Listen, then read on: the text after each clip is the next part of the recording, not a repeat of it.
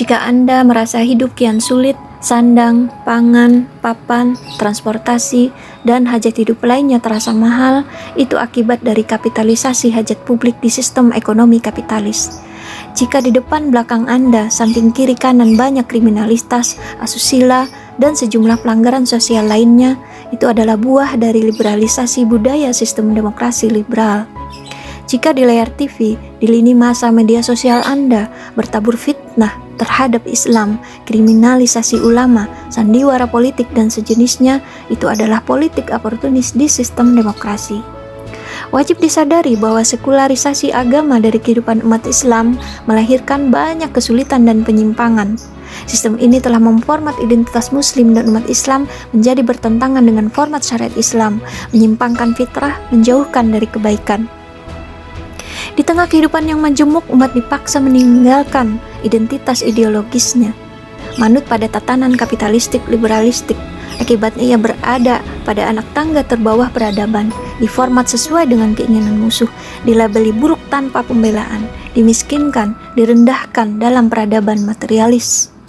Karena itu, tindakan penyelamatan umat Islam agar kembali kepada identitas hakikinya sebagai khair ummah adalah agenda urgen yang wajib diwujudkan.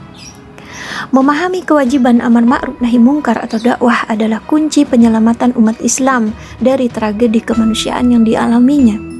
Setiap muslim wajib terlibat dalam perubahan tatanan kehidupan berbangsa dan bernegara. Ini adalah perintah Allah untuk tegaknya peradaban mulia. Setiap muslim harus paham bahwa kewajiban dakwah sama dengan kewajiban sholat, saum, zakat, haji, dan sebagainya. Rasulullah SAW bersabda, "Siapa saja yang melihat kemungkaran, cegahlah dengan tanganmu. Jika belum bisa, cegahlah dengan mulutmu. Jika belum bisa, cegahlah dengan hatimu. Itulah pertanda selemah-lemah iman." Muslim harus peka terhadap persoalan umat, wajib punya kepedulian dan tanggung jawab untuk menyelesaikan persoalan mereka. Tidak berdakwah untuk menghilangkan kezaliman di tengah umat akan mengundang musibah dan murka Allah. Ambisi. Jadilah muslim yang berambisi menerapkan hukum Allah di muka bumi. Syariat Islam telah diterapkan semasa Rasulullah dan dilanjutkan kepemimpinan para khalifah pengganti beliau. Hal ini telah membawa kebaikan sepanjang masa. Menyelamatkan umat, mengembalikan mereka kepada identitas hakikinya, dan menempatkan pemimpin muslim sebagai penguasa bumi dengan cara mengganti sistem kapitalis sekular demokrasi liberal bukanlah tugas orang per orang. Ini adalah tugas bersama umat, tugas kelompok umat. Kelompok ini wajib ada berdasarkan perintah Allah Subhanahu wa Ta'ala. Kelompok dakwah yang dibentuk Rasulullah beserta aktivitasnya menjadi contoh real upaya penerapan syariah Islam kafah. Kelompok dakwah sekarang mesti mengambil perbuatan Rasul sebagai contoh, menapaki jalan yang sama serta cara yang sama.